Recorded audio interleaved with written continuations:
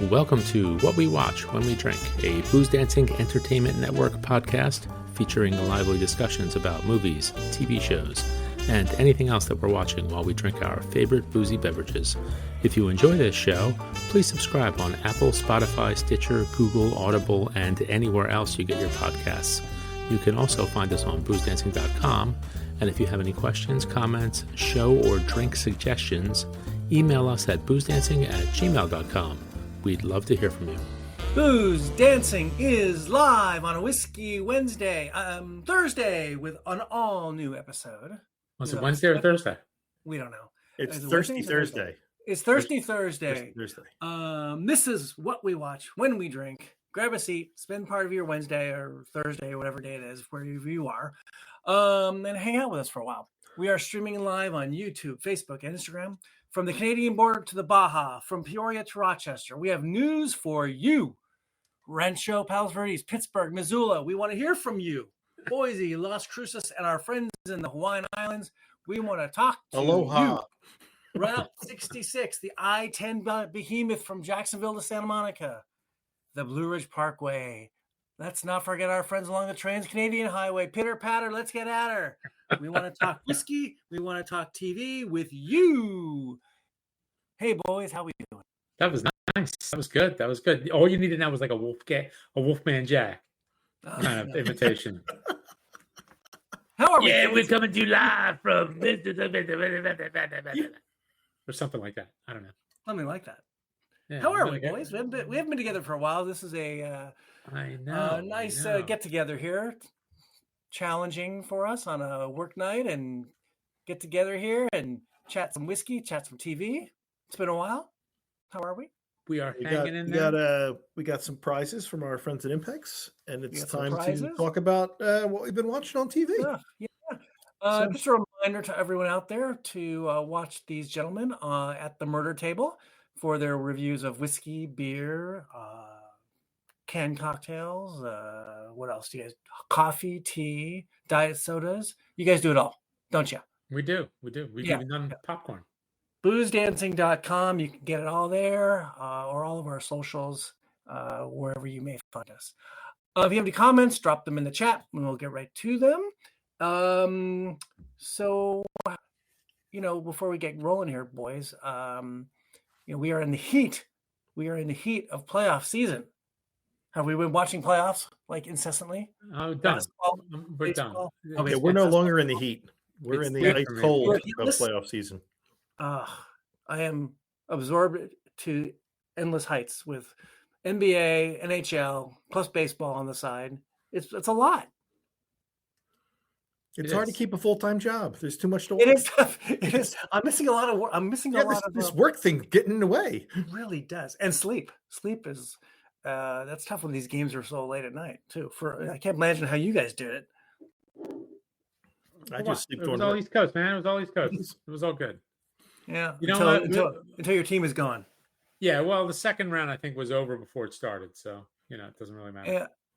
My Lakers were the same way, but the rest of the playoffs are good. I mean, and hockey's just freaking steamrolling along. I could watch every hockey game available, and I don't know. This thing's going through June. We got another month plus to go till we get to some championships here. Did you watch? What was it last night? The Cavs and Detroit.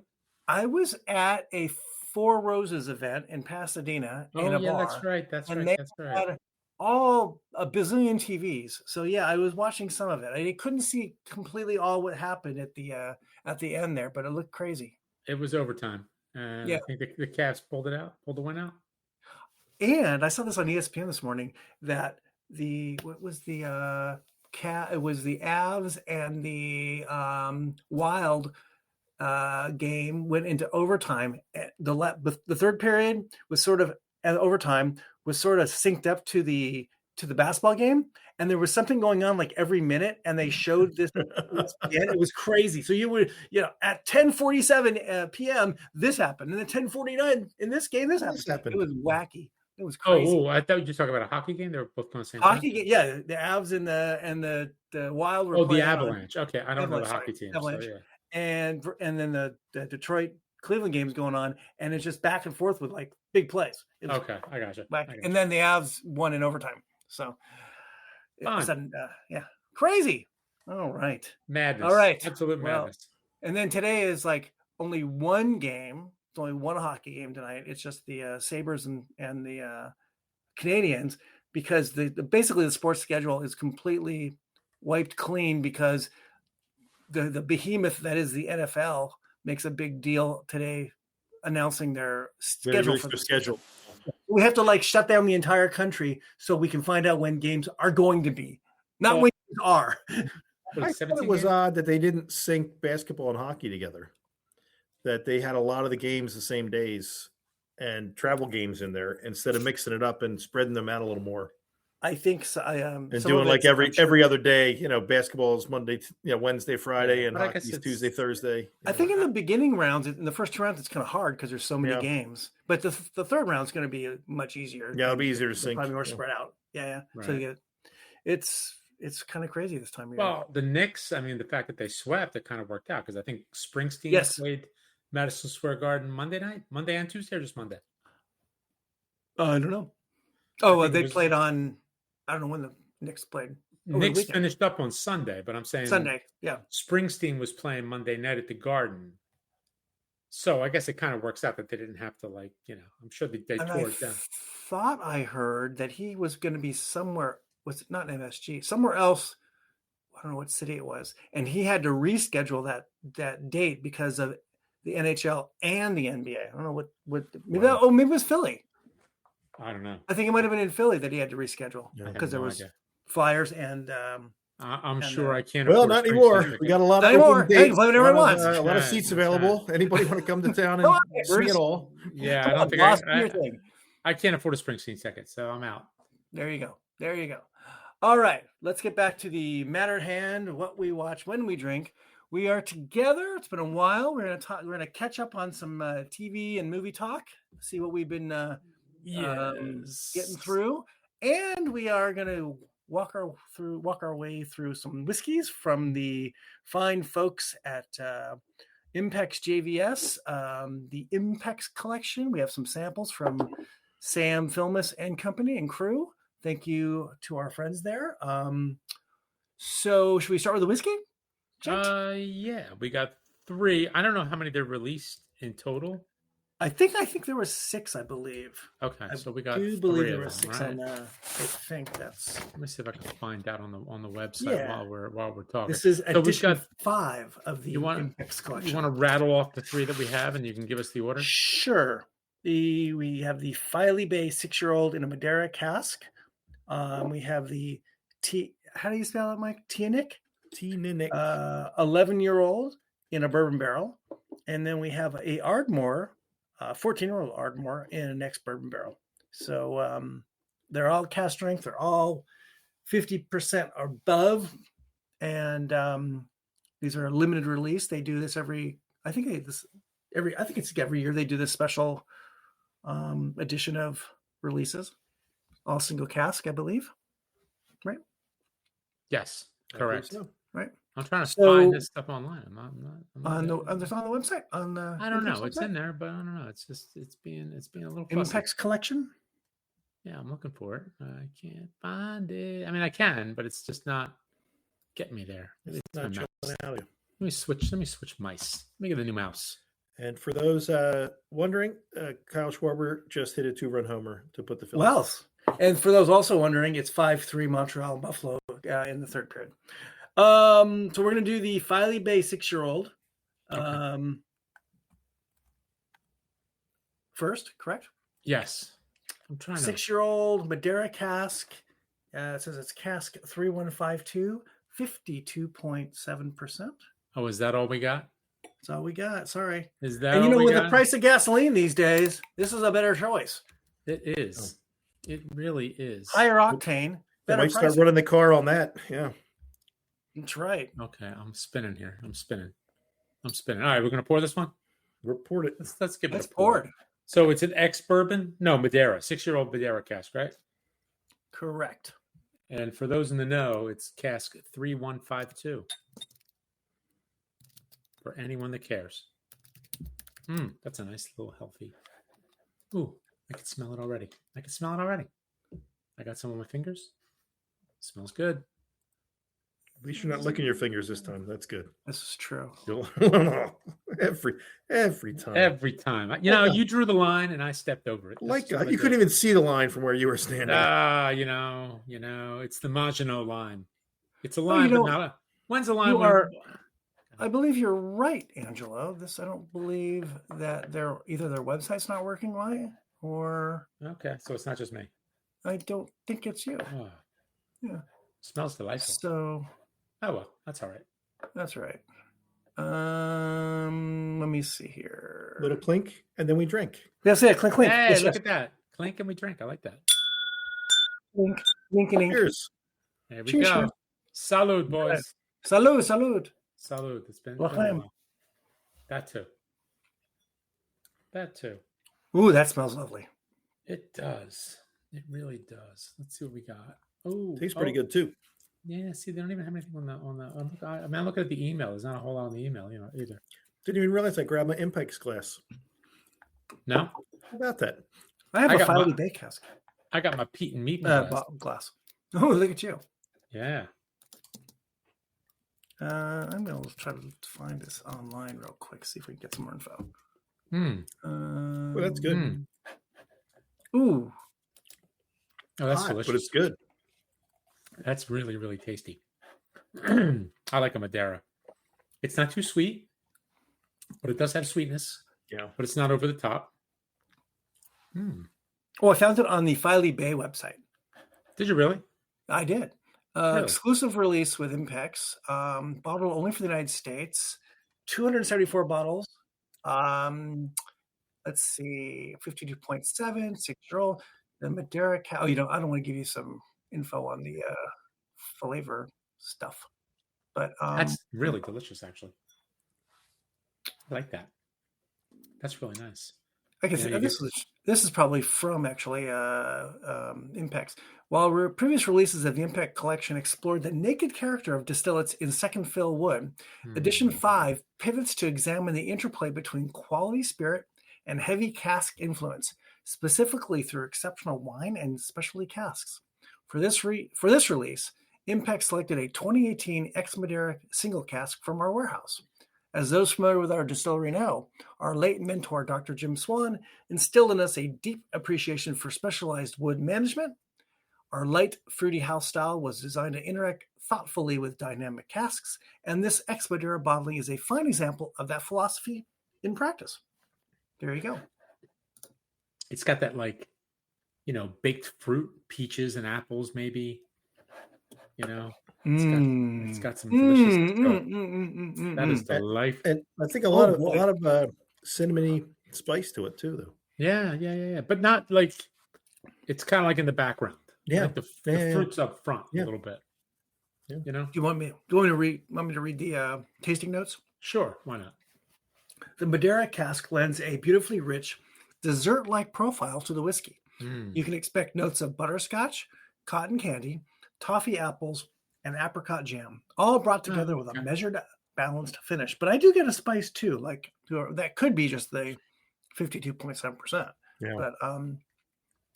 But this is really really enjoyable. This is really easy to drink too, actually. Yeah. Oh boy, this is given great. the heat, it's pretty easy to drink. This is very nice sipper.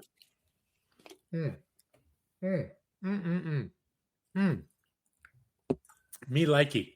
Me likey too. Me likey. Delicious. Boy, I love a whiskey that you wouldn't expect to be a sipper. That would almost a session whiskey that is it shouldn't be that easy. No, it shouldn't. It really shouldn't. Especially at 52.7. That's what I mean. And I like what they said on Filey Bay, that it's on their website, that it sort of has a dessert quality to it. Right? Boy, the sweetness is just wow, that's crazy. Nice. That'd be a good way to end a meal. That'd be good for. Oh, totally. Yeah, it's like a apple peach crisp. Yeah. There's it's a cobbler. It's a cobbler in a glass. The word. It's a cobbler in a glass. Yummy. Yummy. Yummy. Cheers to that. Wow, that's great. Delicious. All right, gang. We have not talked TV and movies and such in a while. Why don't we just talk about what we have watched, or even are watching at the moment? We just go around the room and pick one that we got going on now or have gone through. Mike, what have you seen lately that you got through or are in the middle of? Well, we're in the process of finishing Outlander. It's allegedly ending. My wife is in the process too. Yeah, it drops tonight at midnight, and there's talk of staying up to watch it because it's the last show. But this is the last episode. We'll see what happens. It's the last episode, but they're still writing a book until they do a movie. So I suspect that this won't be the last episode. That there'll be something else behind it. Cool. No doubt. So we've watched, I guess 7. I think it's 8 this season. So we watched 7 episodes, and it's been a little up and down, but it's still fairly entertaining. How many seasons have they had? I believe this is 6, maybe 7. What's the guy that plays the main guy? Sam Heughan or something? Sam Heughan. Yeah. Does he still have his whiskey? He had a whiskey out. He did, I think. I don't know if he still does. He had a whiskey out, and they call the Sassenach. That's it. And he does that travel show with the other guy from the show. That was really fun. It was a little bit, Men in Kilts or whatever it is. It was fun. I don't know if it's still out. Is it still on? No, I think they finished it, but it was kind of fun. He seems to be, having some fun. He's Scottish, and the other guy isn't, or they're both Scottish. They're both Scottish. Got it. They're both Scottish. Got it. Andrew, what you got on your? Well, here's the show. I don't know if we discussed it. Did we discuss The Pit season 2? I think we were still mid-pit. I think we were in the midst of it. Yeah, it didn't finish. Till like last month. Right. It ended So we didn't finish March. When did it end? March probably. It was 12 episodes. Yeah. Yeah, we got through The Pit first 2 episodes of season 1, and the household said, "I don't think we want to watch this anymore. We're not interested." Why? Really? Too hard, too hardcore. Like, too much stuff going on, and a little too much of young people dying. Perhaps I'm not really sure. Yeah. So what did you think of season 2? I loved it. I think it's arguably the best TV show going at the moment, easily, and it's thinking back to the days of the medical drama. It's elevated it. There's pluses and minuses. I think the acting is great. The storylines are good. It does get a little bit hard on your sleeve, social issue of the day kind of thing. And, that's a lot. It gets a little preachy at times. The social issue of the hour, not of the day. The hour. The hour. Exactly. Yes. Right. Definitely. There is, there's less, as I recall, trying to think back to St. Elsewhere and ER, there's less in The Pit of the soap opera. Between the personal folks, life of people, which I don't really want anyway. I'd rather. Right. I think the medical stuff's really interesting. I remember from. It's there, but they kind of just drop a couple breadcrumbs, and that's about it. Right, you're there for the medical drama and the surgeon, and then Dr. Robbie and the woman, whoever she is behind the scenes. Yep. And then he had a thing with the woman, the other one, right? The one that had the miscarriage in the first season. Yes. Who's not in the show anymore. The medical, I think personally, I think it's really interesting to watch how an ER works, right? Or it doesn't work in some cases. Or it doesn't work, right? How they dysfunction or function. And especially in the world that we live in where healthcare is such a problematic area. And all the things that people have to live through to make decisions about, from the medical side or from the patient side.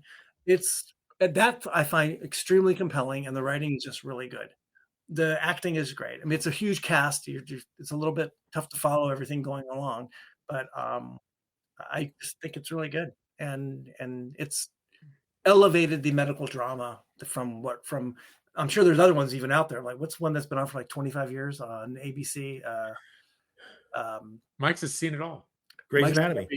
Grey's Anatomy. Grey's Anatomy. Never. That's one of the ones I talked watched about. I watching it again. I remember watching the first few seasons, and it's a lot of interpersonal drama, as you know, as the medical stuff was almost secondary. It seemed like. What I thought was interesting, they're discussing the cast changes for the Pit between season 1 and season 2, and they just matter of fact, like, look, these people are here for like a fellowship or an internship. Yeah, they're not here to be in 8 seasons. They're here to pick up and move on. Yeah, and Grey's Anatomy never did that. Those people were there forever until they wanted to leave, and it was like, shouldn't these people have been moved on by now? So it was like The Simpsons, where Bart never graduates grade school. Yeah, exactly. That's right. Yeah, exactly. Nobody ages. Well, they age on Grey's Anatomy because it's. I meant on The Simpsons. Nobody ages. Oh, The Simpsons, no. Yeah, because I believe it's animated. I think. What? I know. AI. Spoiler alert. I enjoyed it. It's one of those shows. I think if it went on more than 4 or 5 seasons, I'd be shocked. I think it'll be done before you know it, kind of like The Bear, and that's fine. It's done. It's served its purpose and moved things up, and it's a different kind of TV, and so I've enjoyed it, Ange. I assume you too. No, I did. Overall, I did. I mean, there's little parts where it's just like, okay, like they kind of everything stops and someone's got to get on their soapbox as opposed to just having a conversation. Yeah. Like the guy who can't get the medicine, the guy with the diabetes and all the stuff with that. And then the other one with the mom who leaves the kid in the car and all this stuff. You know what I mean? It's just like, if you put a camera or 10 cameras into an ER that's around the corner from your house. It'd be HIPAA violations at the wazoo. That too. And it would be really, really boring, I bet. Because it's not something going on all the time, right? And this is over, a 12-hour I think it would depend on the location of the ER and the day of the week. Right. Correct. I would imagine Friday night or Saturday night. Yeah, you're right. Imagine a Friday or Saturday night, there's going to be. Yeah. Right? Yeah. 4th of July, there was the big music festival. So there's always like a big event happening. There's something, and so there's more than likely things happening on And remember, it's a level 1 trauma unit. It's not a community ER. That's true too. That's right. Because I've been in plenty of community hospital ERs, and they're boring as sin. Yeah. I've been to one level 1 trauma center, thankfully not for me, and it's absolute mayhem. Yeah. So you don't want to go there unless you've been shot, stabbed, or hit by a bus and still live. Good point. Yeah. Excellent point. Or maybe all 3 if you're a Rasputin-like character. Just see what happens. We all got it coming, right? Yeah. We all got That's it coming. true. Okay. So let's see. I watched the Jerry West documentary. We were talking about basketball. How was that? It was very good. It was on Amazon Prime. And what I really liked about it was basically Jerry West in his own words.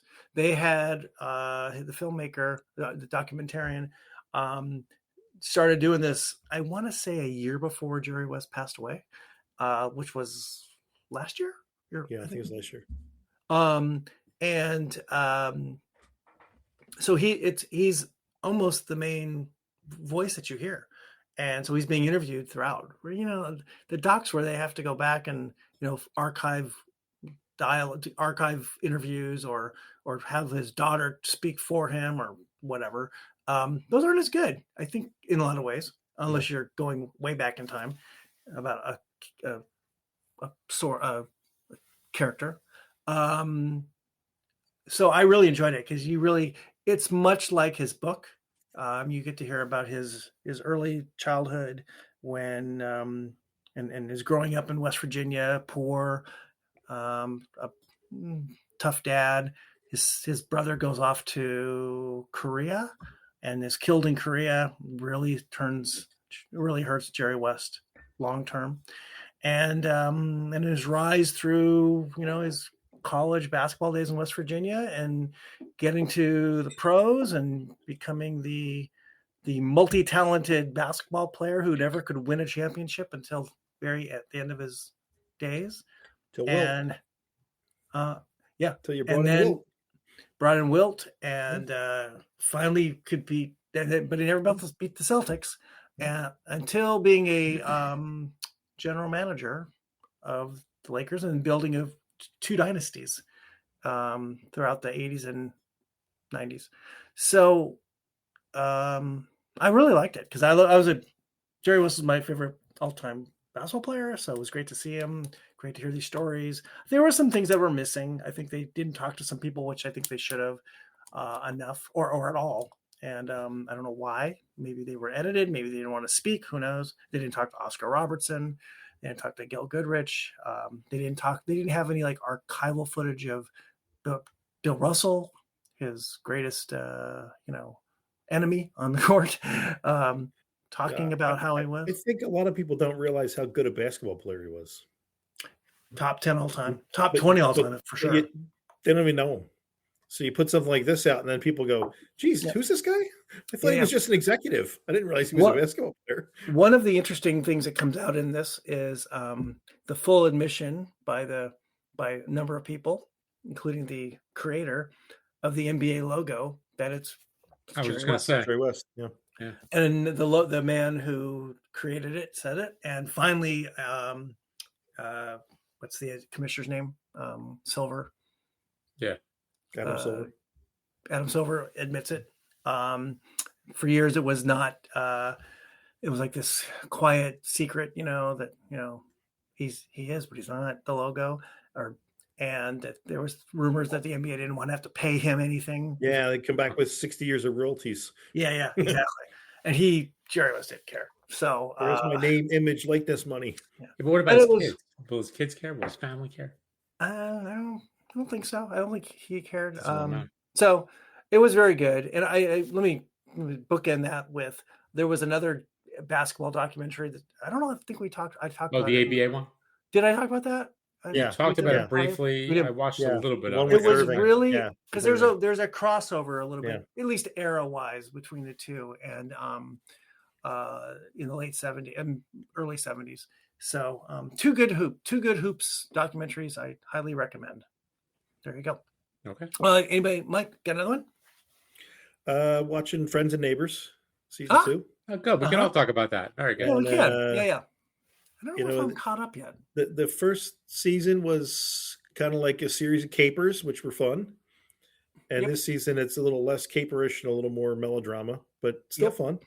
Yeah. Just a little bit different. I'm actually really enjoying season 2. I didn't think I would at first because I didn't like the direction it was going. But the last couple episodes, like with Passover and then his dad's funeral and this last episode and everything going on with the wife, it's good because they're, we're in that age range where we're all going through that kind of stuff. It's good.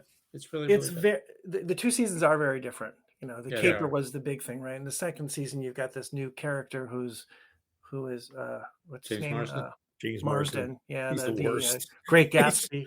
Yeah, it's just the worst. It's funny you say that. So I had this problem the first season, and I still have it a little bit this season. Is I don't really love any of the characters. No one's lovable. Maybe Amanda Peet, but maybe that's because I like Amanda Peet.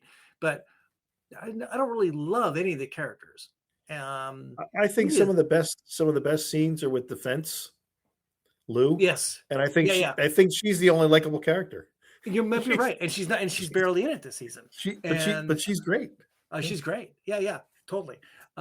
She's the voice of reason. You don't need likable characters, though. I mean, Succession was built around a cast of very unlikable people. That's true. I have this issue. Luckily, this doesn't happen as much. When John Hamm goes on the voiceovers, the voiceovers, talking to himself, it just drives me crazy. He doesn't sound like John Hamm anymore. He sounds like Anthony Bourdain, and he's got this different way of talking, which it's weird. I don't know. Maybe we all talk to ourselves in our heads differently than we talk out. I think it's you, not him, loud. Frankly. It probably is me. I've been told it's me always. It's you.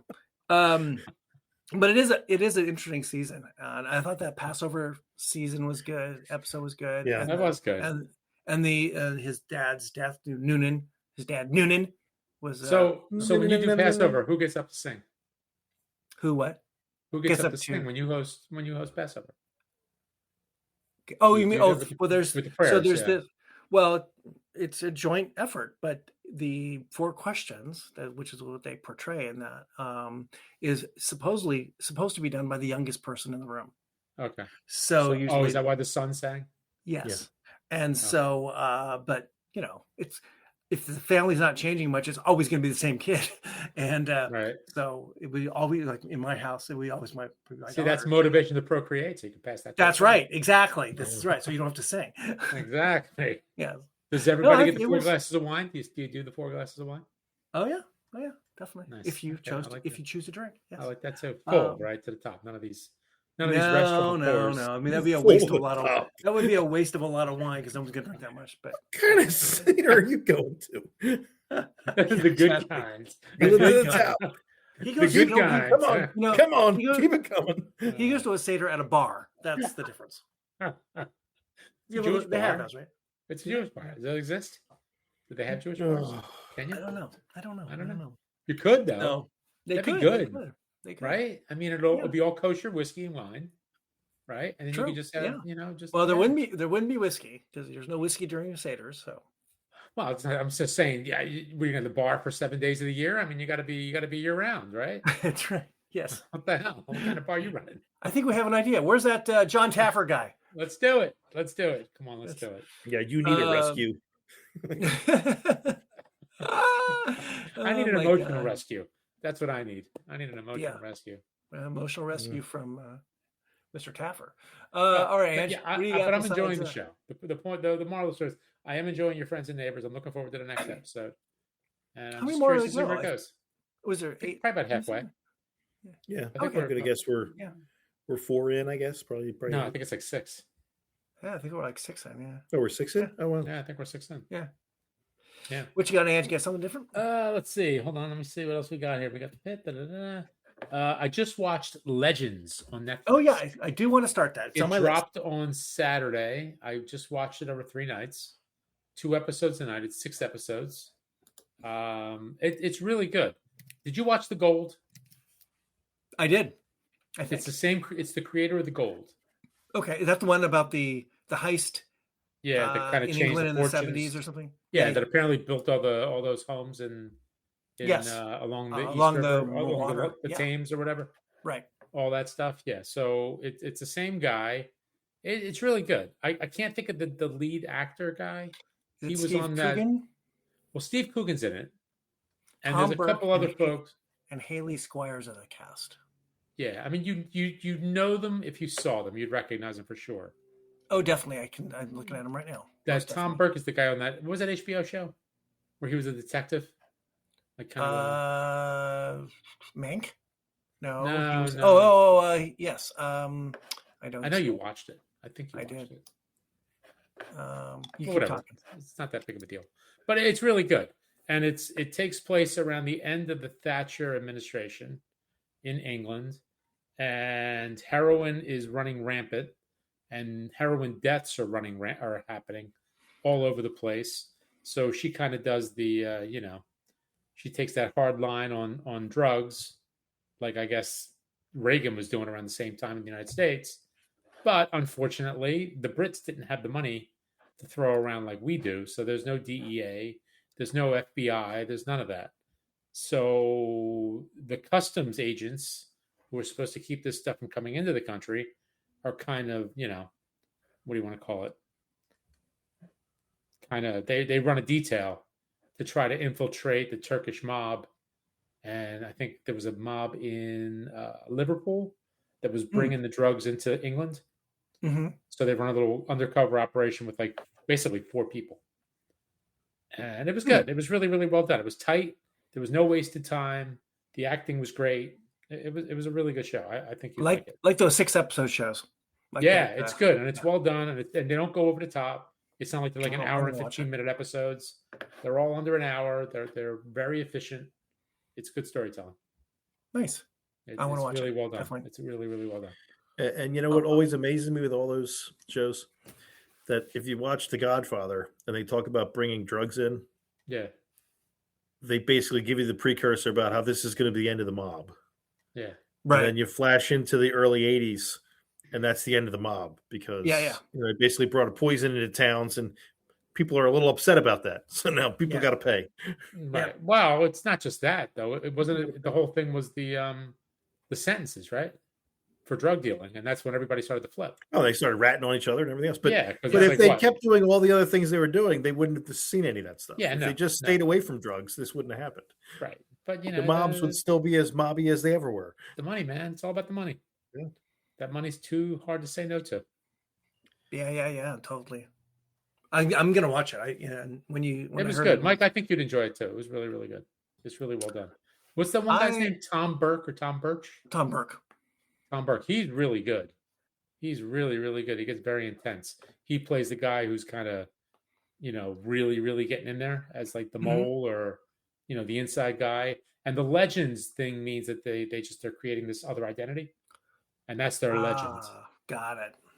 Neat. So I see. Yes, I see. That's what they called it in the show. I watched Young Sherlock on Amazon Prime. How was that? I really enjoyed it. It was fun because it's Guy Ritchie, and it's a Guy Ritchie creation, and it's Guy Ritchie, right? So it's kind of wacky, and story's kind of crazy, and there's one overriding long story arc that goes through the 8 episodes, I think. Did he do the Robert Downey movies also, Guy Ritchie? I don't know that. Oh, I did not know that. Mike, IMDb? I don't know. You don't know.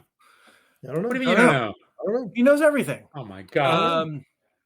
So this is Sherlock Holmes. He's 19 years old, and he's going to Oxford. Except he can't really get in, so he's just working at Oxford.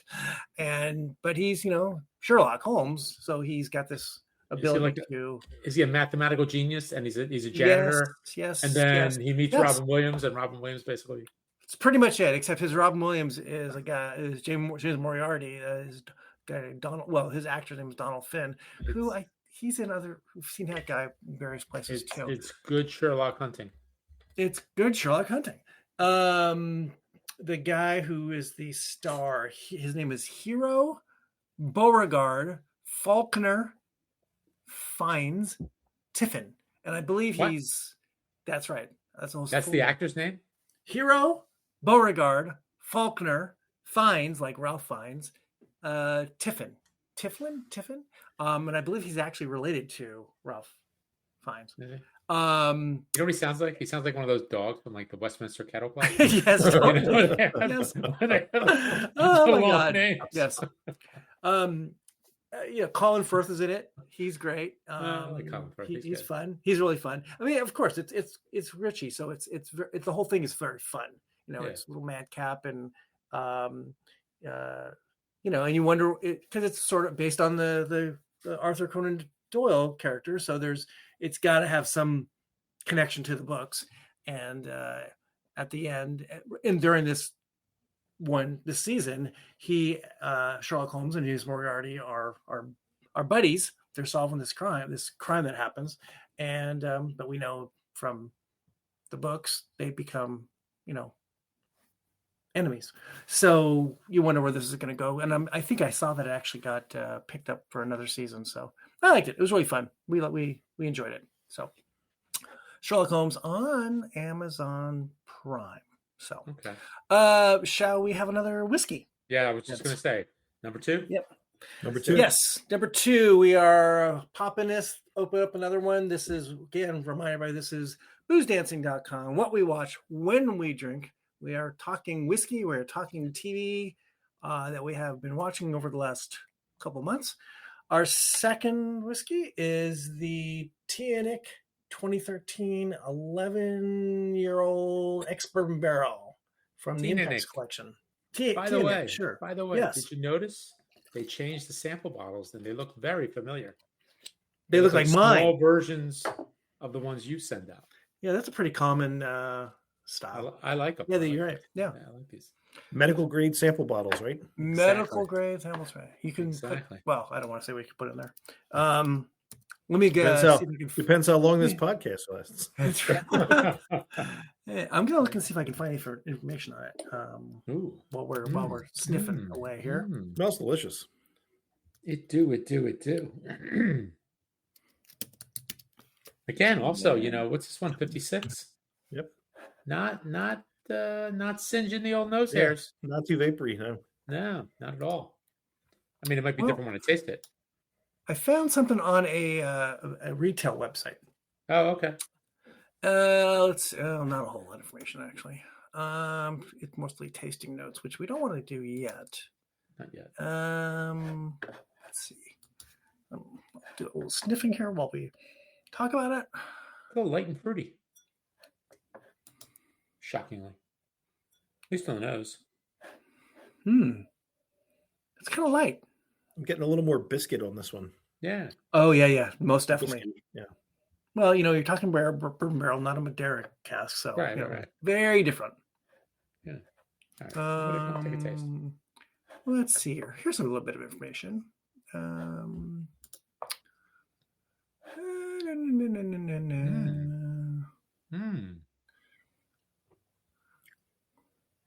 No, actually, very little information. Also, 243 bottles. I know that. Okay. It's tasty. It's different though for a bourbon barrel a little bit. It's we don't know if it's like second fill, third fill, whatever. No. No. Ooh, I like that. Ooh. It's also kind of light though. Like it's really, really hiding that 56% really well. It doesn't taste as hot to me as the 52.7. Right. Yeah. Am I correct? Weird. I don't get it. I don't understand. And I thought there'd be a little more of a finish. Not much of a finish. Yeah, it is a little short. Shorter. Yeah, it is shorter. Yeah. I agree. Very pleasant though. Mm-hmm. It tastes good. Trying to find some more info for you guys here. I think I might have found something. I think I like the Madeira cask a little better, but this is still good. You probably in a different world we would have had that one last because it was so sweet, like more of a dessert. Okay, where is this one? I see it on a little list here. Mike, what do we think while he's looking? Was this 14-year-old? This is different. I like it. This I is thought a it was different good. edition. Yeah, it is nice. Good. Oh, it's good. I like it. I think I agree with you. I think the Madeira has a little more to it. I mean, there's a little sweetness on this too, though. It's not really peppery. But this, it's maybe a little. It's hot, but not that hot. Sweet tobacco. It's got all the things you want. Checks all the boxes. Mm-hmm. It's good. Okay, here we go. A little bit of information. Tart green apple with fresh cut herbs, French toast, served with fresh fruit at the first brunch of a long-awaited vacation. White pepper tickles your taste buds, merging the vibrancy and freshness with the mellow sweetness of pear drops, honeycomb, and creamy malted barley. The finish is focused on the excitement of the escape from day-to-day life and the adventures ahead, awakened by the citrus enhanced with soft spices.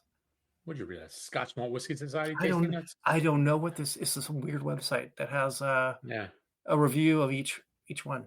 And this is a Highland whiskey. It's not. I have no idea. Right? I think it is a Highland whiskey. I think they all have a heavy malt characteristic for all of them, as I lumped them all into the same thing. I think they all have a little more of a doughy, biscuity kind of. You know what? I'm liking it more. I'm liking it more as we go. I do too, actually. That's very nice. I like that. This is more of a press release. I don't think we got this from Sam. Sam Filmus and Chris Duty of Impex Beverages today announced the release of the latest edition of their independent bottling line, the Impex Collection. Edition 5 features 11 gems that collectively showcase the influence of wine casks, 8 Scotch whiskies, 2 world single malts, and 1 extremely special 18-year-old Jamaican rum. This edition will be available nationwide at fine spirits retailers. Sam said, with edition 4 of the Impex Collection, we let the unique signature of each distillery shine through. In their simplest form, primarily bottling second fill cask. Edition 5 is the compilation of some incredible wine casks, allowing connoisseurs to experience what magic can occur when the distillate is influenced by these special and unique notes to deliver complex yet balanced flavor profiles. So there you go. That's what Sam said, and I trust him. Say what you want. It's just good. It's very good, and it's actually gotten sweeter to me, and even less hot. Yeah, it was not really hot. I think the hot goes away with each sip, right? Boy, really did. This is at the end. This wouldn't be easy to drink a lot of. It almost gets to like. You ever have like the pear gummy, pear gummy bears, or one of those kind of things? Like it almost has like a pear or something like that. Would you say pear drops? Is that what you said at one point? Did I say that? Did I say pear drops? I don't know, but I'm getting that. I'm getting like a light. It's. I can see that apples or pears, something light. Mm-hmm. That's nice. That's very good. Green apple, fresh cut herbs. Oh, the sweetness of pear drops. You're right. Yep. Yeah, a little bit. I kind of see that now. Maybe it's because you said it. I don't know, but. Leading the witness again? Remember those? What were those called? What were the Jelly Bellies? They had a pear. That was one of my favorite ones. No, but the Jelly Belly pear, like that, which is really good. Yes. It's very like good. Very good. Okay, back to our TV viewing. Have we seen anything else we want to yammer about? Sure. Mike, you go ahead. I'm just watching the long-term shows I always watch. Go ahead. NCIS, another great show, another great season. Wrote off one of the big characters. Had a great exit for him. Who is that? The guy who played the director was on for, I think, 18 seasons. And would we know it? NCIS? Leon Carroll. NCIS. Leon was Carroll. it Mark Harmon? Rocky Carroll, sorry. Leon Vance is the character. No, Mark Harmon left the show 2 seasons ago. Oh, okay. And now this guy's gone. And just a really well-written show to write him off. And they've had a couple of shows afterwards talking about the impact in him leaving. So it isn't like when, the season ended and they just don't renew a contract and we never talk about the guy ever again. Nope, he was never here. Don't know who that was. Yeah, but they did a great job. Now, I am not an NCIS person or the CISs or all those shows. Yeah, I've never watched. But they're pretty amazing. They've got a demographic they're hitting, right? Yeah, it's nursing homes and me. So yeah, I didn't want to say it that loudly, but it's amazing that they last for so long. Yeah, how long has NCIS been on? This is their 23rd season. Oh my god, that's incredible! Remember, they just got to their 500th episode. Holy moly! Which was like an unheard of kind of number, and they're at 500. It's comfort TV. It's comfort TV. It's the list of at least on Wikipedia, the list of their actors starring is pretty amazing. Mark Harmon, Sasha Alexander, Michael Weatherly, David McCallum, Joe Spano, Lauren Hawley, Wilmer Valderrama, Maria Bello, Gary Cole. It's like a who's who of television. Yeah.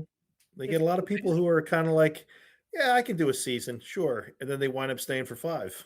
Yeah. Like, kind of like doing this. It's nice. Easy money. Well, not easy, but it's nice. You know what I mean? Huh. Wow, that's great. You know what it is? It's money. It is. Yeah. And now that they don't do, 26 episodes or 30 episodes, you're doing like 20, maybe 22. It gives them enough time in the off season to do something else, do a play, do a movie, do whatever they want to do, so they can keep that end of their acting tuned and still come back to do the show for, $100,000 an episode or whatever it is. And pretty much nice. 20 is the minimum. 24 is 25, 23. But pretty amazing. Just another good season. Really enjoy the show. Very good. Very good. Ange, you got one? Here we go. Here's one. I don't think we talked about it. DTF St. Louis. We did not talk about DTF St. Louis. Go ahead. Talk about it. I really, really enjoyed it. David Harbour, if he doesn't at least get an Emmy nomination, it's a crime. He was pretty great. He was just absolutely fantastic. And it was another show like your Friends and Neighbors, where you've got that, I don't know, what do you want to call it? Midlife crisis or something like that going on with these characters. Yep. It's men of a certain age. I could feel for these characters. Sure. Not quite like what David Harbour went through, but the essence of it, just the whether you're feeling stuck or whether you're feeling like things aren't kind of going the way you planned, and how you deal with it, and how you get out of a rut, and all that kind of stuff. That's what this is for. That's right. This is for. The whiskey. It realigns. That's a shovel. That's the realigns. That's just digging the hole a little deeper, a little faster. But it was really good. I thought it was great. What's his name was great too. Jason Bateman and Linda Cardellini. And what I liked about the show, and a lot of shows do it. I mean, the timeline gets a little tough to follow because everybody's doing the flashbacks and the flash forwards and all this crazy stuff. But it's nice how they just kind of mess with your expectations. You think it's going one way, and it's going another. Yeah. I don't want to spoil it, but it was just really, really well done. I like the tone. I like just the way it was shot. What's his name was great too. Richard Jenkins was fantastic. Yep. And the woman who played his partner in crime, the female cop, Joy Sunday. Yeah, it was just. I thought it was a really, really well done show. It was just very interesting. For those who did not see, I don't think it got a lot of attention. Because it was like what 6, 7 episodes. I think it was like 8 episodes or something like that. But they didn't do a whole lot. They didn't do a lot of press, did they? No, they didn't. Little synopsis here. A love triangle between 3 adults experiencing middle-aged malaise, which leads to one of them ending up dead. 2 detectives investigate and learn the crime is connected to a dating app called DTF St. Louis, which enables married couples to have affairs. The series presented in a non-linear narrative, with episodes often revisiting previous scenes to reveal their place in the overall chronology of events, which I think is a pretty good synopsis. Yeah, that pretty much says it all. I thought that Richard Jenkins. Well, we love Richard Jenkins. We've talked about him before, right? Oh, he's great, and he is great. I thought I could watch a show. I'm guessing this is done, right? I think so. I think right? it was. I would watch a Richard Jenkins Joy Sunday cop show. I thought they could always do that. They can go back to that. Definitely. Totally. They do it. Find another crime. They wind up on NCIS. You never know. There you go. That's right. I thought they were really fun together because he's older. He's probably in his 70s, late, probably, I would guess. And she's, 30-something or so, who's more hip and cool and provocative, right? And I thought they made an interesting couple as a cop couple, a team. Yeah. I really. I still think the high water mark for his career was when he spanked Will Ferrell and Step Brothers. That's really. Here's man. Everything else so good at Step Brothers. Everything else just under that. I still liked him in that movie we did with the guy from what's it called? From Catoctin Creek with Dean. The one, what was it? The one with Patricia Arquette and Richard Jenkins and Alan Alda and all those guys. What the hell was that show? Oh, Flirting with Disaster. Oh yeah. Oh yeah. Where he gets high on acid, or he drops acid, and he's just he's losing his mind. Yeah, he was great. I totally forgot about that. But yeah, going back to the show, I think part of it maybe it's because it was about an app about people running around. I think from the ads, it made it look like it was going to be swinging and all this kind of stuff, and it totally wasn't. No. It totally wasn't. Not even close. It's a really it's actually an interesting detective story, right? Yeah, it's a really interesting really cop good. story. Yeah. So I wasn't. I don't know. I just wasn't crazy about the first episode or two, and then I got into it. And I couldn't. I had to see it way through. Did I love it? I don't know if I loved it, but it was entertaining. A lot. Yeah. I loved Richard Jenkins. I love Linda Cardellini. She's great in pretty much everything. So I enjoyed that one too. Anything else about it? What? Anything else about it you want to mention? I liked it. Like I just said, David Harbour, if he doesn't get an Emmy nomination, I'm going to be very disappointed because not that I care about the awards, but he was good. Sometimes you got to get recognized. Get recognized. I think he deserved it. He was really, really good. He was playing, he was, I don't know what the word is. Not against type. That's not the right word. He was reaching. I mean, that was kind of a bit of a daring role. I think we see him so much being with what's the show on the Netflix Stranger show? Things. Stranger Things. It's hard to kind of not see him as that, but right. It was a really good, nice little turn for him, I think. Yeah. Post Stranger Things. Yeah. I kind of thought Mike would bring up something like this. I finished the latest season of Daredevil Born Again. I was on the Daredevil stuff back when it was on Netflix. What's the lead actor's name? Charlie something? Charlie Cox. Charlie Cox, right. And, he was in Boardwalk Empire. Yeah. And then it moved to Disney. And it came back for one season, maybe 2 seasons, and then it got this new season called Daredevil Born Again. With Vincent D'Onofrio and Deborah Ann Wolf. And what's D'Onofrio plays? Play Kingpin or Kingpin? Kingpin. Yeah, he's great. It's hard. He plays a very large person, and he's not that big of a guy. I don't think he's that big of a guy in real life, but it makes him look so big. Yeah. I really enjoy it. I don't watch a lot of superhero stuff, but I do like Charlie Cox. I like the morality of the show and what he's trying to do and clean up the area, but not kill a bunch of people and stop the bad guy. And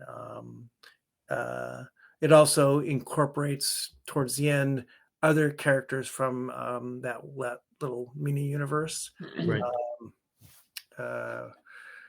John Bernthal is going to be back as the Punisher. There's a Punisher. Yeah. There's a movie out right now, which is like the follow through to this season, as well as who the other two, Mike? What's her name? The girl. Jessica Jones. Jessica Jones. Kristen Ritter is back, and cool. her with Mike Coulter as well as Luke Cage. As Nick. By the way, Luke Cage. D'Onofrio apparently 6'4", not a small. Really, I've seen some interviews with him. It's funny. I've seen some interviews with him in this whole PR thing with Charlie Cox. And they're sitting next to each other, and he doesn't seem that big to me. He just seems like but in the show, he looks massive, right? And he got up. He got up to like 3 bills. Whoa! Hey now, because he's got a huge frame, but he got up to like 3 bills, and then he was like, "Yeah, I'm not doing that anymore." And he's like, "We're gonna pad the suit instead. We're gonna figure out how that works." He's 66. He's 66. I didn't realize that either. Yeah, he's been around. He's had a long career. He has, yeah. Full Metal Jacket, man. He was the guy who went nuts, right? Yep. Private Pile. Yep. I like Charlie Cox. I think and he's British, right? Doing this thing and playing the American superhero.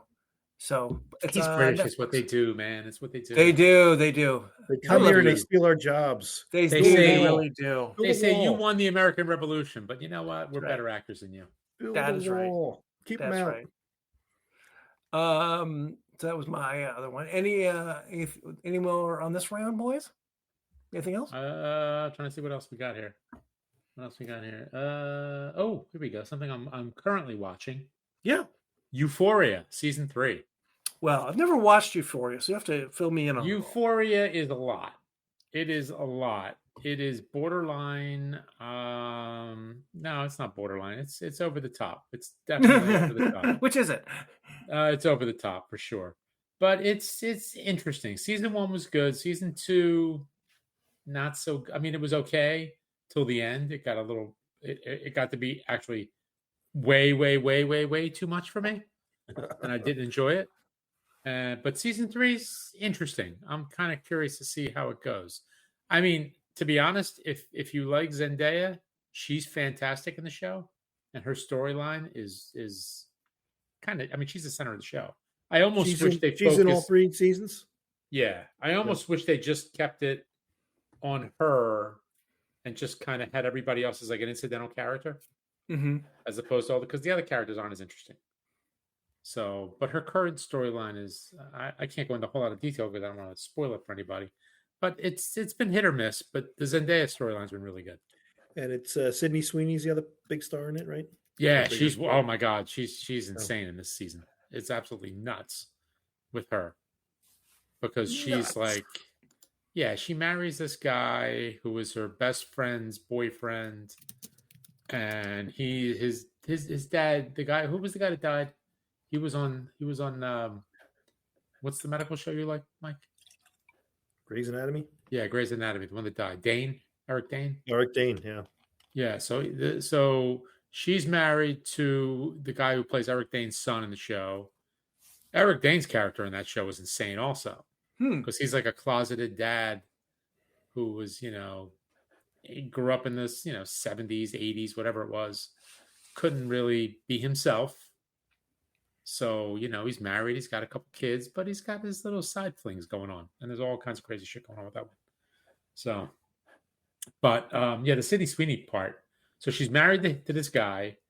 He's like trying to be a builder. He's taking over dad's business, but he's absolutely horrible at it. And he's in debt up to his eyeballs. and Sydney's a little demanding and basically wants the world. So she is kind of now the breadwinner via like sort of, I guess, OnlyFans. Yeah. It gets a little outrageous. I will say it gets a little outrageous. So your mileage may vary. I'm not going to say it's not entertaining, but it's a little over the top at times. So interesting. Yeah. Maybe. Not one to watch with the kids, but that way. Oh, of course not. Is anyone watching Hacks? No, I haven't started it yet. I gotta get back to it. Yeah. I tried to watch the first episode. I couldn't get into it, but I'm also, it's how it is. Just too distracted. I didn't realize it had come out. I didn't realize there was already these episodes already available. I think I've watched 3 or 4. I've been up and down on that show because it feels like it gets pretty redundant. They Gene Smart and Hannah Einbinder, they're together, they're mad at each other, they break apart, they get back together again. It's like it's Silicon Valley, right? Like all these shows. It is. It's just you're on the hamster wheel. You got that same. Excellent metaphor. It really is. And they're going to end up, because this is the final season, I believe. They're going to end up as friends and probably together or something. Entourage, same thing, right? Yes, totally. Vince is like top of the world, then something happens. Then he's bottom of the world. Then by the end of the season, he's back at the top of the world. He's talking to his friends. He's not talking to his friends. And, right. So that's okay. That's life, though. Yeah. Your life is like that, isn't it? Oh, pretty much. Yeah. I mean, that's why we haven't done a podcast in the last 3 weeks. Last 3 months, right. We haven't talked to each other. That's right. I was dead to Mike, and then, you were dead to me, and everybody's dead to each other, and this is a big love fest. That's right. We're back. We're back together. And you know what's going to happen? We'll be not talking after this. So. Yeah, exactly. See, they made that face. You see that face he made? Did you see that face? It's my face. It's just the way I look. It's a shame. I know. I was born with it. You got a face only a mother could love. Hey. So. Oh, not your mother, but a mother. Hey now. What we watch when we drink. We are together again. We'll see how long that lasts. Probably just for another half hour or so. At least one more whiskey. At least one more whiskey. We're like the Richard Burton and Elizabeth Taylor of podcasts. We are. Yes. Except we're good drinkers, not bad drinkers. I'm more like Eddie Fisher. Eddie Fisher. the guy on the periphery who still winds up getting divorced a lot. Correct. Yes. We have another whiskey from our friends at Impex from this new collection, the 5th edition of the Impex collection. This is the Ardmore 2011. I'm actually looking it up here to get some info on it. And bourbon barrel, 14 years old. Wait, did you say Ardbeg or Ardmore? Ardmore. Oh, okay. And it is a bourbon barrel, ex-bourbon barrel, and 59.2%. Is that all? That's all. I'm trying to. This one might be a little harder to find. I don't see this one on. A bit different too because it's an Ardmore. Yeah, I don't know that this one. I'm getting some information on this one. Oh, this is our little briquette. A little bit. Huh. Wonder why. Curse you. Stop it. Showing up. Stop it. Just admit you like it. Just admit you like it. So the other day, Jimmy pulled a bottle out and poured me one, and it was the bottle we got from Dave.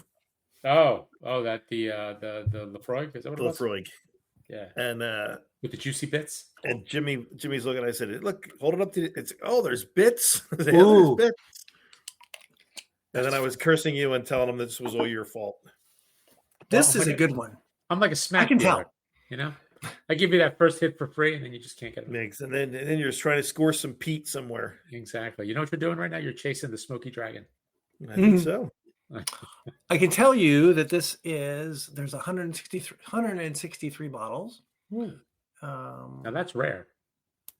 That's kind of rare. It's one of a kind. I wonder why I see a few bottles. That's interesting. I don't know. They have that's a quarter. They have another one that's a quarter cask. It's only 161 bottles. Wow. This is the next bourbon barrel. Should be more. I wonder why they give so much. Delightful. It's like light. Oh my God, it's delicious. It's like light Carolina barbecue or something. No. Well, let's taste it. I'll give you these wacky notes that I found.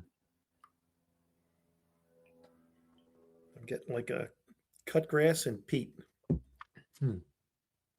Oh my God. Oh my gosh. That is a wonderful. That is really nice. It's a wonderful combination of sweetness and smoke together. Yeah. It's not crazy smoke first, and it's not crazy sweetness first. There's this interesting combination of the two together. Oh my gosh. That is just great. It's almost Kalila-like. Yeah. I thought the same thing. A young Kalila-like, yes. Correct. Yeah. Different source for the peat, though, right? So, let me read these notes to you because it has a little bit of information, I think.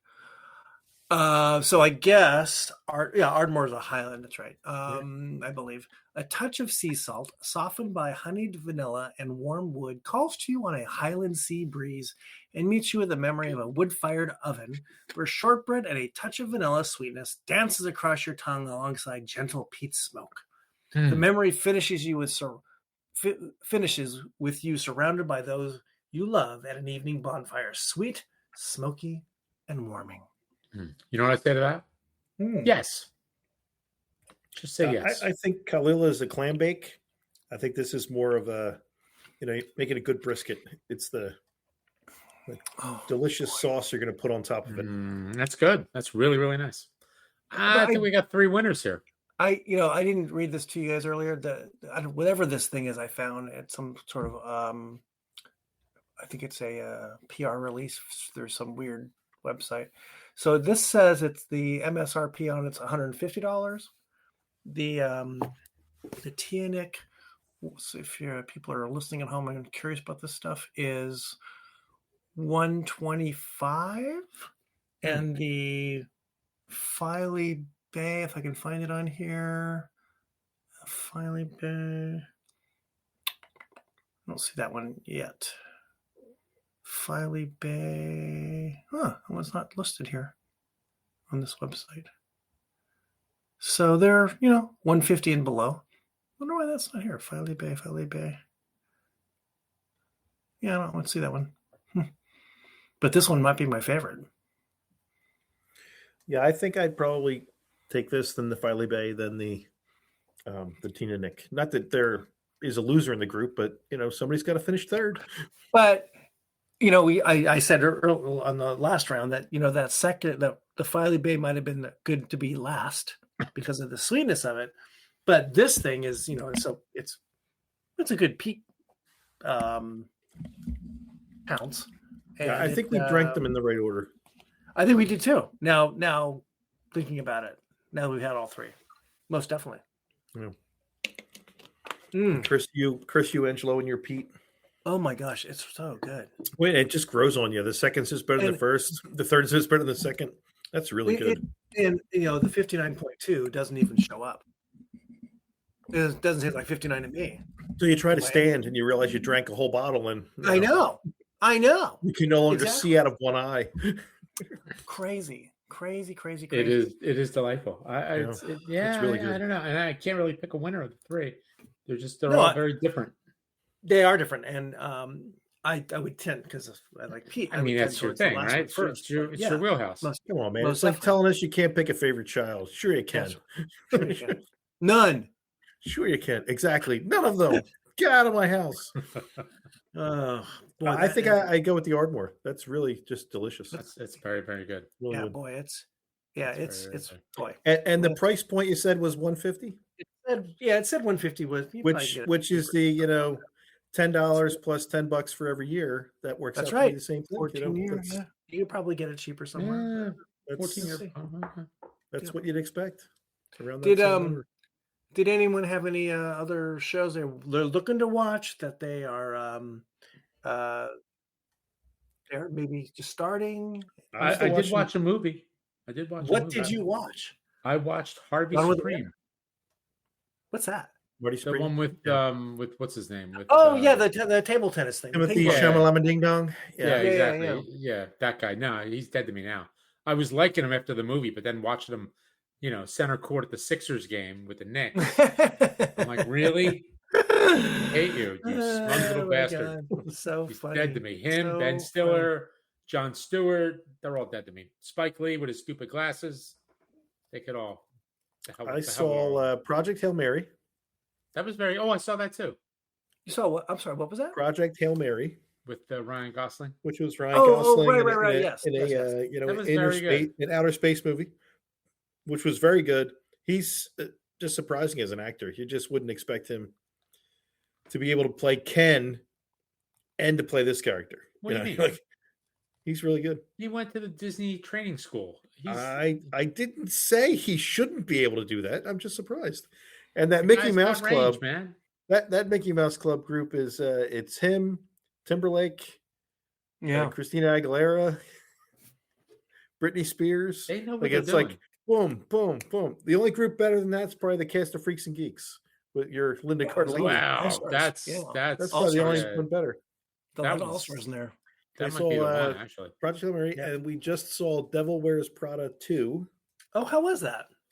I liked it because I'm a sucker for all this stuff, and the ladies thought that it didn't have enough of the story. No, just reuniting the cast. You're a fashionista. It's fun to see him again. He's a fashionista. We like reunions. They're comfortable characters you're familiar with. Mike likes his Jimmy Choos. Yes. He does like Choos. You know me.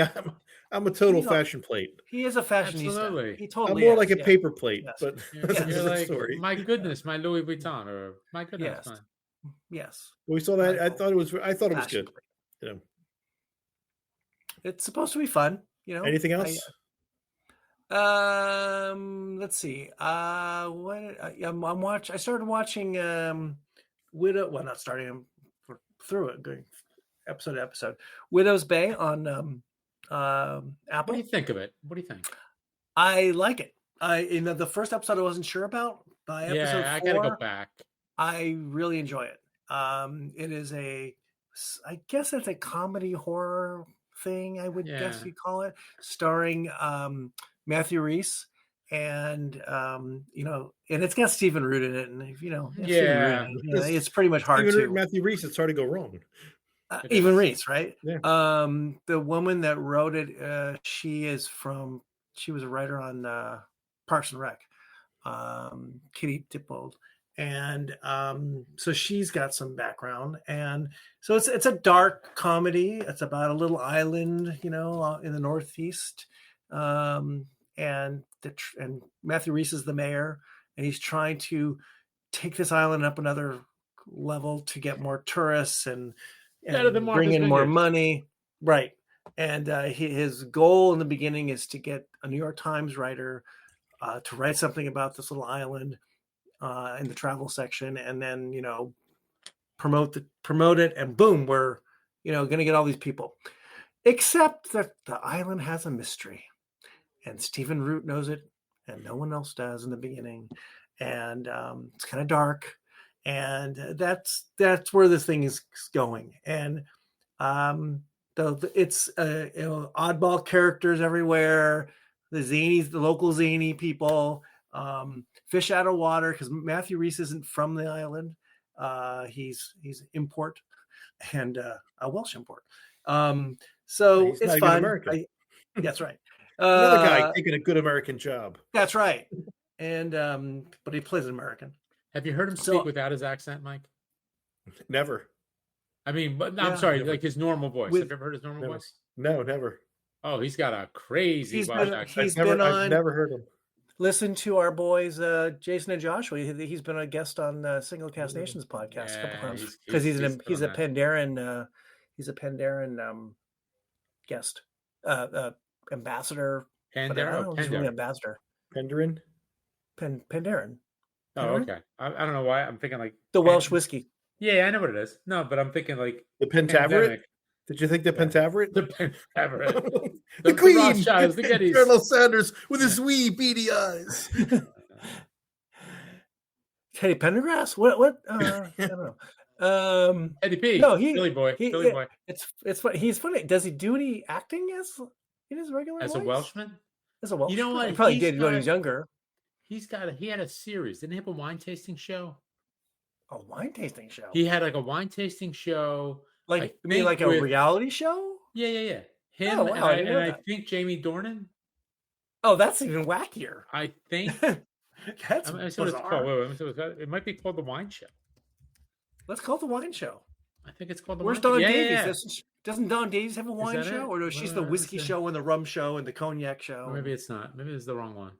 Yeah, I don't think they're allowed to take the wine show. That's probably copyrighted by somebody. Yeah, it is. Probably. It's something else. Yeah. Matthew Reese. Let me see. Hold on a second. Matthew. We like Matthew Reese. Oh, we do. He's awesome. I'm going to say that right here. He won me over in the Americans, and he won me over with Perry. And he's welcome on the show anytime. Perry Mason. And we've asked. We've said, hey, come on. We'll talk Pandaren with you. We'll talk Welsh. We'll talk about those crazy we won't talk words Welsh. that you can't pronounce. Welsh. We'll talk about Welsh. We won't talk Welsh. No. There's some good shows. I think we've talked about this before. Welsh TV is pretty good. They've got some great crime dramas. Oh, wait. I can't understand anything you say. Wait, even better. It's got to be subtitled. Aaron, even better than Jamie Dornan. Matthew Good. Oh, we like Matthew Good. Yeah. Oh, my. Yes. Yeah. So what's his name? What is this? It's called The Wine Show. The Wine Show. Another guy who can talk gibberish. Yeah, here we go. Actor, and where is it? What is this? Actor and novice wine lovers Matthew Good and Matthew Reese travel to vineyards across Italy and chat to experts. When was this on? 2016. I never heard of this. I don't know where you can see it. I'm sure it's awesome. I'm sure it's just awesome.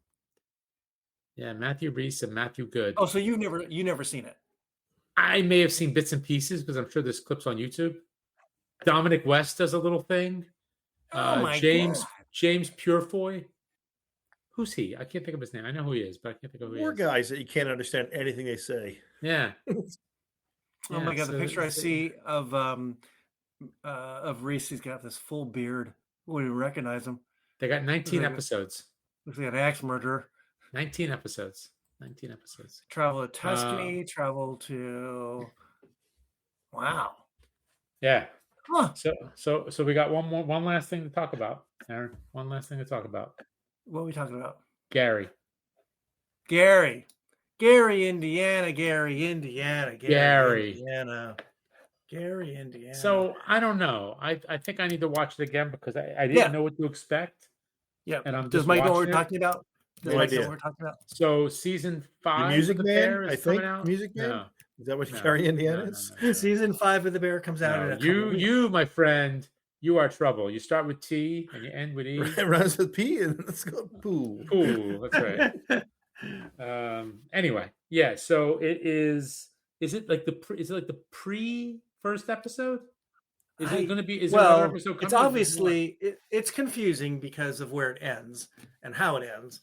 But the episode is obviously when John Barenthal's character, Mikey. Yeah, Mikey, who we know has committed suicide or has died in, to start the Bears' initial season. This is so it's obviously before that.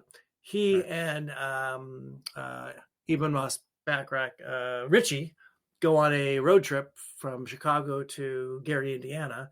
It's an entire episode of just the two of them and their drive there to do something for Uncle. And we don't know exactly what he's doing. I don't remember his name. I don't remember his name. And This is right while Richie's wife, Gillian Jacobs, Tiffany is about to have their baby, and they have to go off to Gary, Indiana, to do this thing, this nefarious thing, and you get to see this relationship between. Well, we don't know if it's nefarious, right? Or do we know by the We end? don't know. You're right. We don't know. We assume it is. Right. And they, they have to kill the time. They have to kill time because whatever they have to do, it gets delayed. And they play basketball with some kids on in a street yard, a public playground. They end up in a bar, and Uncle Jimmy. Uncle Jimmy, yeah. Uncle Oliver Platt. Yeah. And they hang out together, and you see Barenthal, who's just, he's one of these guys, you can just watch him do anything. And you see him pre the bear, and his relationship with cousin, with Richie.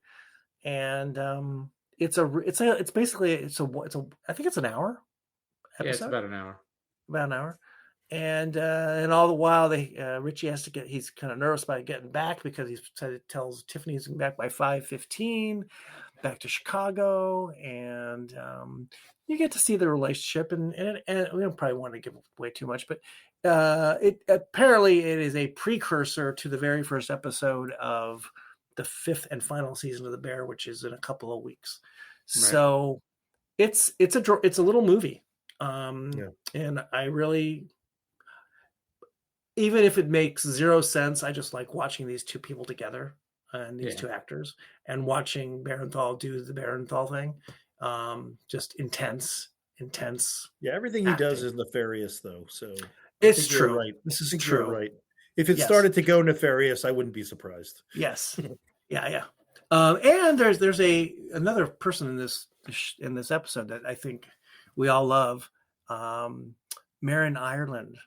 From Sneaky Pete, and what was that show, Ange, on I think it was on Apple, the detective show, these guys who were the one from last year. Yes, I don't remember what it was called. Yeah, I forget what it was called too. She's an FBI agent. Yes, I believe. Yeah, she's good. She's great, and she is just a local who is in the bar that these guys stop in at to kill time, and her and Mikey, John Barenthal, you see them interacting, and it's great. I wish she was on The Bear. She's so good. There's I need to rewatch it too. I would just say 59 minutes. What I'm looking at. So I don't know. It was it had like the scene in Goodfellas when they're in the bar, and what's so funny? What do you think is so funny? That whole thing. Yeah, at the end, that it gets that uncomfortable. Like somebody's going to get hurt here. Somebody shoot Spider. Someone's going to put. Yeah, well, you feel like somebody's going to put a gun. It's that tension's definitely in the air. Well, and I think it's a look into who Mikey was, right? And we knew Mikey had a lot of issues. And he's got some issues, right? And this is that scene of that, and end of that is really you're really getting to see the whatever psychosis he's dealing with, how he can kind of change on a dime. And no, I think they said this takes place like 5 or 6 months after the Fishes episode. Oh, is that right? Because she was pregnant during Fishes, right? That's right. That's right. You're correct. That's right. Yeah. So I think I heard something like that. But the very end is a bit odd, because it really kind of jumps to the present, and supposedly going to lead into the new season. And but you get this backstory about Richie and Mikey. So I probably will watch it again, as I've watched every episode of The Bear twice at least, and probably a good idea to rewatch this one before the new season starts. But yeah, it's here. The Bear is here. The last season of The Bear. That's what they said last time. No, this is it. I think this is it. This is it. By the way, Depends on the check. It all depends on the check. Not completely unbear related. What's the chef? Yeah. What's his name? Maddie Matheson. So Maddie, this is my last thing. So Maddie has a show called on Netflix, and it's called give me a second. His TV show is called, what is his TV show called? Just a Dash, I believe. I think that's what it's called. Just a Dash. And I didn't see the first 2 seasons of it. I guess it was on quite a while ago. And I think it started on YouTube, I think. And it's not been on for a while. He's been busy doing, he's opened restaurants, and he's, Mr. Chef, and he's on The Bear, and he's doing some acting. And they bring it back. And he's cooking, every episode's a wacky. I guess the first 2 seasons he's cooking in his house. He's married, he's got kids, and his house becomes a disaster because they're like using his kitchen. So the season starts, and they're very, very short episodes. The season starts, and this crew comes to his house, and they're going to film in his kitchen. And his wife doesn't know this. And his wife says, "No, you cannot film. This crew cannot be in my kitchen. I'm not allowing this. You didn't tell me this." And whether this is all set up or not, who knows? So the very first episode, this crew has to film him basically from the windows into the kitchen. And it's, he's making a mess. He's got to get it all cleaned up before his wife gets home. And because she's not supposed to know he's, cooking. And every episode is just this wacky thing. One episode, he does an entire meal cooking in an RV as they're, traveling around town. He does a cooking thing for bring your kid to work today, or, bring in somebody, a professional into a elementary school, and, "Hey, I'm an astronaut. Hey, I'm a doctor." And he's going to be the chef, and he makes these kids, he makes them chopped liver. Good idea for kids. Chopped liver? What the hell? Is he actually just chopped liver? No, he's making liver. He's cooking liver. It's exactly. And these kids are like, they're giving him all this crap. It's like a middle school. It's really funny. And it's the production is over the top, and it's really not about cooking. It's about, the interaction between him and his crew. Oh, and the other fact, what's the other fact's name in the Bear? I forget. I know what you mean. That actor is part of the crew. And he drives the band. He's part of it too. The producer has been with Maddie for she's an actual professional he's Canadian, food. right? She sets up food for commercials and things. That's her real job. But she produces this thing. So she's the person handling the food stuff, and they have a funny relationship. It's a fun reality show. It's wacky. Sounds like madness. One aside for you. You won't learn a thing.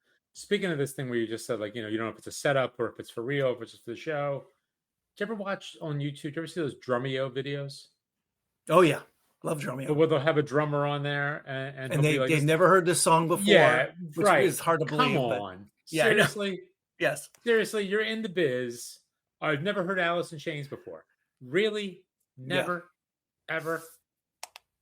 Okay, just wondering, because I had this debate with the younger, my little heavy metal boy.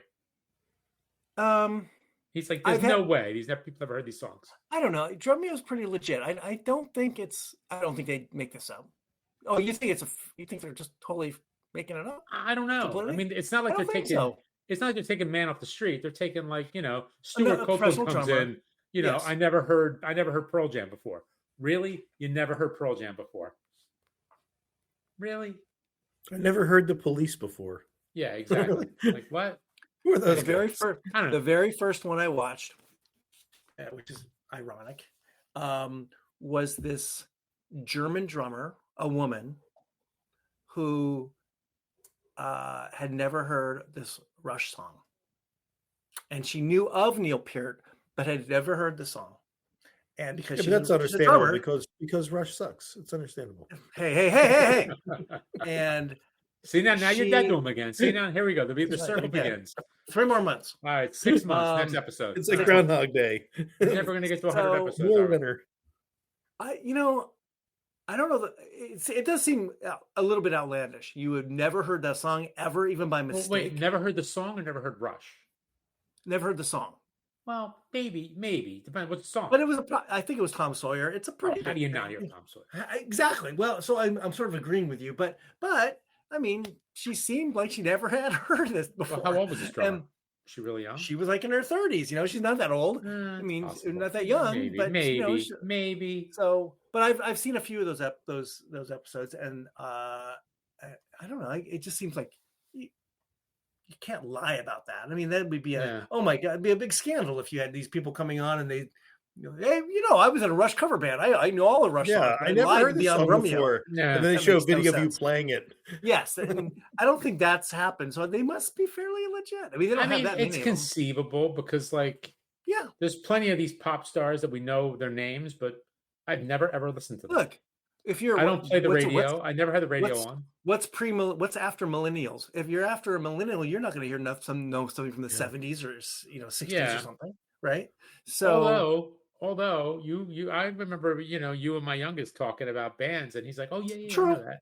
And I'm like, who is this kid? Yeah. Like, how do you know? It is odd. I think my kid odd, definitely. He's odd. Yeah. That in a good way. A drum focused show with professional drummers who this is their world, they would not know. I don't even want to say pop. They would not know some of the things that they allegedly don't know. Yeah, it's weird.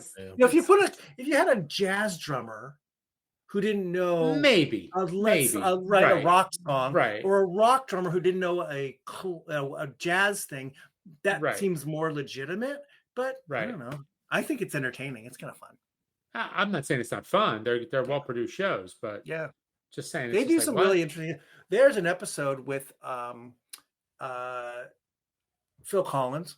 Okay. And Phil Collins. Did he feel it coming in the air tonight? Well, don't make jokes about Phil Collins. He's got some major health issues. He's he can't play the drums anymore, right? He could barely sit or stand.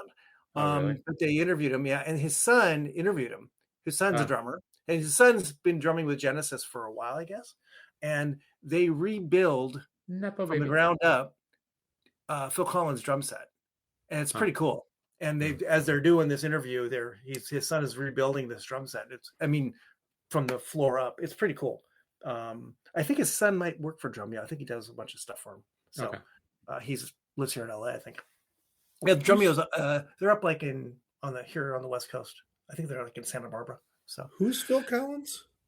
Who is Phil Collins? Yeah, that's my dad. Never. New man Smithers. Yeah. Yeah. Oh, that's funny. All right, boys, this has been good. We went through, got caught up on TV. We talked about our Impex collection, the fifth edition. Was it fifth edition of our loser basketball teams with that loser LeBron and that other loser Joel Embiid? That's right. Losers. Hey, they're doing their best. Come on, losers. I love that stat. I'm going to talk basketball for a second about Joel Embiid. Only MVP never to have played in a conference final. That's amazing. That is amazing to me. And that will continue for a long time. That will continue. Yes, that will continue. Yeah, and what was actually good was what I ran the numbers. So I think lifetime earnings through May, $231 million or something like that. He's played in 490 regular season games. Wow. Throughout his career. So he gets like $500,000 a game? He gets about $600,000, $700,000 per game. That's nice. Per game that he plays. And he's still, crazy. And the Phillies won 3-1. There you go. Huh. Yay. Interesting. Yay. Thank you to our friends, Sam Filmus, Chris Udi, and the gang at Impex for these delightful samples. The fifth edition of the Impex collection that is now in stores. Filey Bay 6-year-old, Tianik 11-year-old, and the Ardmore peated, let's say that, peated 14-year-old. All delicious. Get out to the stores and get them while they last, because they are all single barrel things, so they're not. It is a trifecta of deliciousness. It is a trifecta of winner chicken dinner. I think it's something for everybody. It's very, very good. Something for everybody. Any last thoughts, gents? Before we put now, there's 3 other expressions in this. Is that what you said? There's 6. There's more than that. 11. Right? So 11. There was a so if you find the collection, try them all out. The 3 we had were great. So you could have expressions. You could have the Tianinic as your appetizer. Yeah. You could have your Ardmore with like a nice charred steak. Oh yeah. And then you could have your Filey Bay with or as dessert. Yeah, with dessert. Excellent idea. With a nice tartlet. There is and dessert too. How about a panna cotta? Whiskies can I have panna cotta? You can. There are 2 world single malts, and there is 1 18-year-old Jamaican rum in this group of the 5th edition. You're making me crazy, man. You're making me crazy. I'm kind of curious about that Jamaican rum. What is the deal? What do you think it is? You think it's a Long Pond? Boy, Angela, how did you know that? I took the Impex Collection 2005 18-year-old Long Pond rum cask. Oh, that could be beastie. A vibrant burst of rum delicious apple, white raisins greet you alongside big oak. Red licorice emerges, adding a rich, sweet, spicy complexity. Cedar, fennel, earthy, herbal, orange peel, zesty, nuances of clay and pine and rustic natural. All right. Quality. So this is our appeal. If the Impex folks listen, we want to taste that rum. We want to try that rum, bro. It might. It sounds like that rum brings the noise and the funk. Oh yeah, it does. Oh, yeah. But I've never heard it before. I've never heard it before. I've never heard the noise. I've never heard the funk. No, never. Never heard it before. Never had it. Never had it. Never had it. Never will. You live in a cave. Exactly. I live under a rock. Cave. I live in a basement. I actually do live in a cave. I live under a bridge. It's a cement block cave, but it's still a cave. It's a bunker. And the petroglyphs on the wall are really pretty. You're very artistic. Yes. Yes. With your big crayon and your stick and your little fire. I'm just counting the days and then crossing them off. There you go. That's not a cave. That's a cell. It's a cell. 6 of one, half dozen of the other. Tomato, potato. Can I have my gruel, sir? More gruel, please. Please, and soap. Please, more bread soap. and water, man. I'm wrong. Bread and water. The one commercial where he says, "Do you have any ribeyes?" Thank you for the gruel, sir. Thank you for the gruel, sir. All right. What we watch when we drink. This will be out on a podcast, downloadable. Soon. Very soon. Next week. Very shortly. Soon. Very soon. You can still be able to use some sort of non-AI thing to listen to it. So coming soon to your earwaves. Gents, always a pleasure. Cheers. If you enjoy this show, please subscribe on Apple, Spotify, Stitcher, Google, Audible, and anywhere else you get your podcasts. You can also find us on boozdancing.com. And if you have any questions, comments, show or drink suggestions, email us at boozdancing@gmail.com. We'd love to hear from you.